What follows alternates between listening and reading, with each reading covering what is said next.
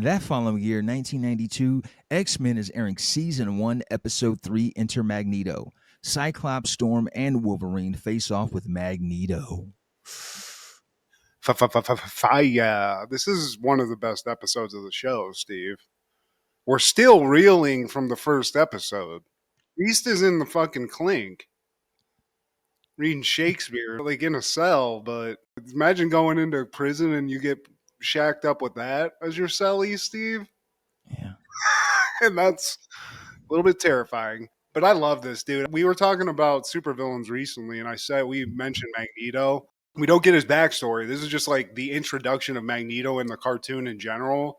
And man, he makes an entrance, and he's one of my favorite villains, Steve. So Mine too. And we start this one off with Beast. He's in jail. The bailiffs, I guess you could say, they're giving him shit. He's reading Animal Farm, and they're saying like he's reading about his relatives. You see, anybody you know, boy? He can't even read. He's just looking at damn picture. I like their hillbillies. I yeah, love it. I probably love from the Florida. fucking. Who knows, Steve? But you know, Beast is in jail. He's locked the fuck up. But still, I like they giving him some books. Guy likes to read. Wolverine, Cyclops, Storm. They're back at the mansion. But you know, before we even get to them, while Beast is reading, getting fucking harassed by some bigots, Magneto pops up, just literally just rips the prison apart. There's a break in into the prison. He gets Beast out of there, and he wants to get him aligned with his side of the game. Welcome to the dark side. But Beast, he stands on his principles. He's like, look, man, we want to be in harmony with the humans. We want to show them that we're peaceful creatures. We're not savages. Magneto's like, you live in fear. We need to let them know that we are savages. We need to wreck this town. We need to piss on everybody. Check this out. He pulls the guy's pants down with his fingers, just doing, you know, a little magnetism. But, you know, Beast is like, look, man, I'm not going with you. So appreciate you trying.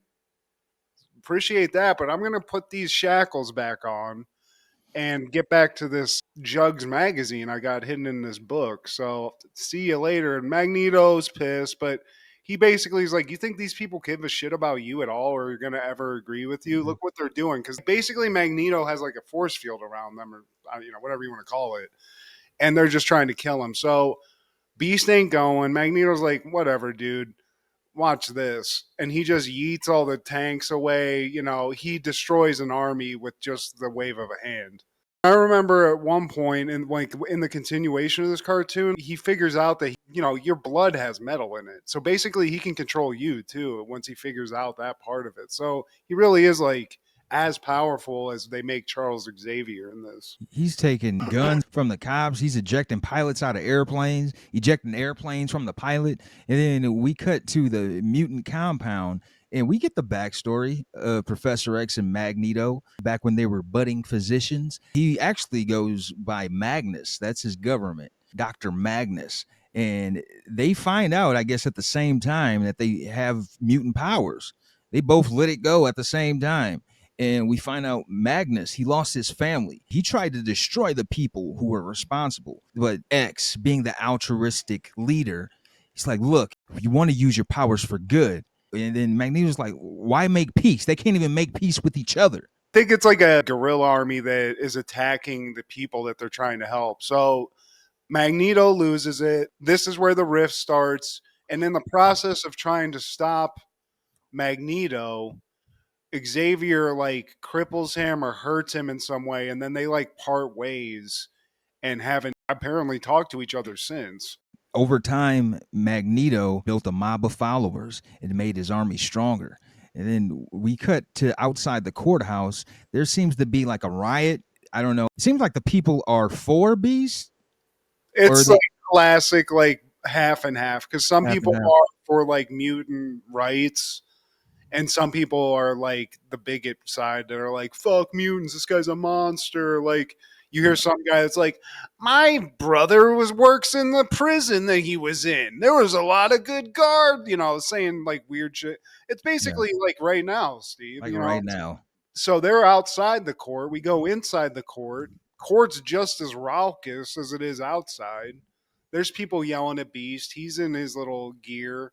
And then we see in the back Wolverine and Cyclops hanging out in civilian clothes.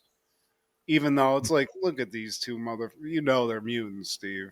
Wolverine, come on, bro. They got to check in on their boy, man, see what's going on. And we find out that Beast gets denied bail. His lawyer's like, look, you guys have a bias. You're only doing this because he's a mutant. Well, I say, there ain't no bias in this courtroom, sir. I do declare. Yeah. So, and the judge is clearly like not into mutants, but he's trying to play it up, but denies bail. B starts getting pelted because he tries to give this impassioned speech about like mutant rights and just kind of gets like shit on. People start throwing tomatoes at him.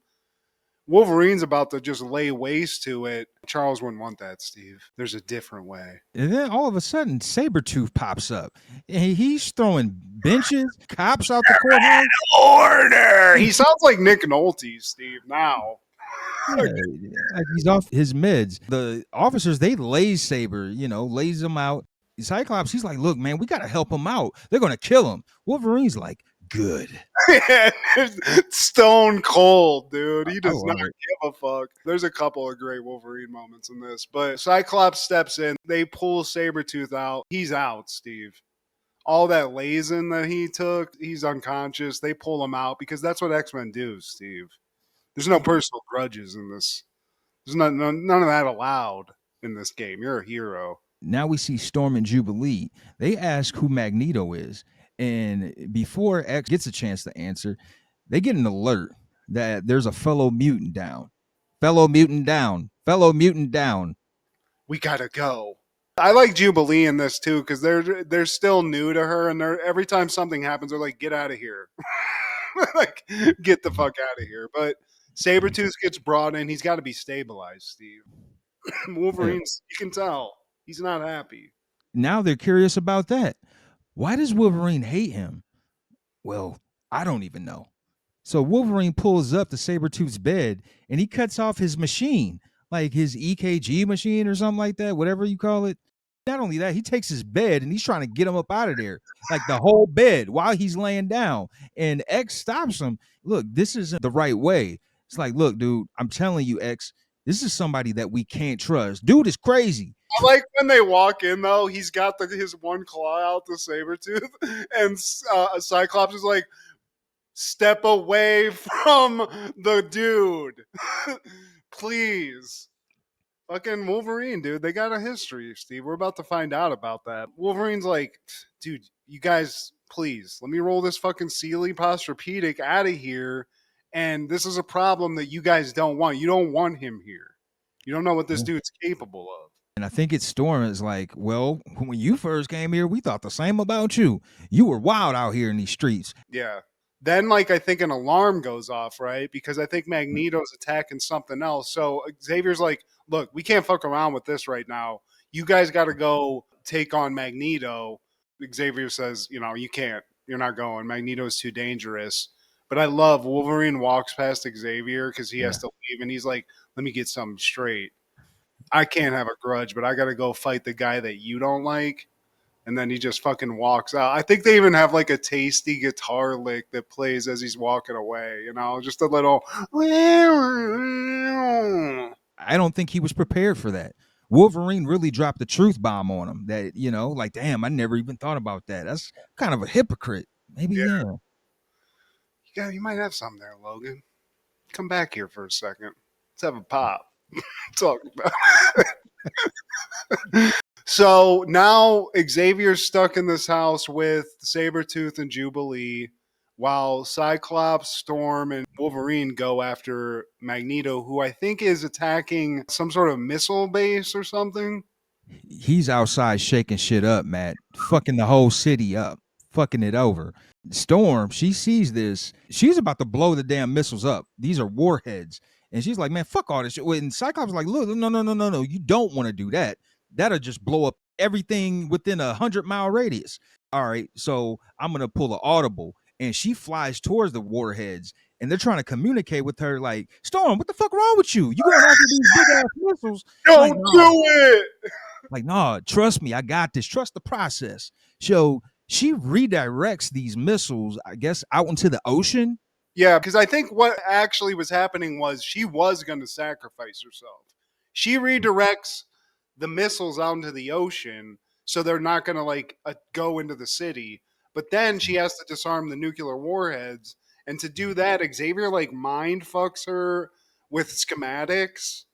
So she knows how to disarm the warheads with electricity in some way using her powers. So it's like a tag team move telepathically, Steve, if you know what I'm saying. She uses some mind powers with Xavier's help. They disarm the bombs, but Magneto's still here, Steve. He ain't giving a fuck. Lurking from a distance, rubbing his hands like Birdman. Yeah, I'm gonna get Jean Grey, Scott. He saw everything from a distance, and he asked, "Why have you turned against your own kind?" Here's my other question, Steve. Just thinking as being a normal person in this world, you're on your way to work. Then all of a sudden, Magneto starts fucking up the city. And is the real, like, are you scared? Or are you more just like, I gotta get the fucking work. Man, God damn it. the latter. I don't have PTO. I haven't accrued it yet. I just started with this job. Damn it! It always got to. I'm gonna lose my damn job. How many times can I call work and say Magneto's out? I can't make it.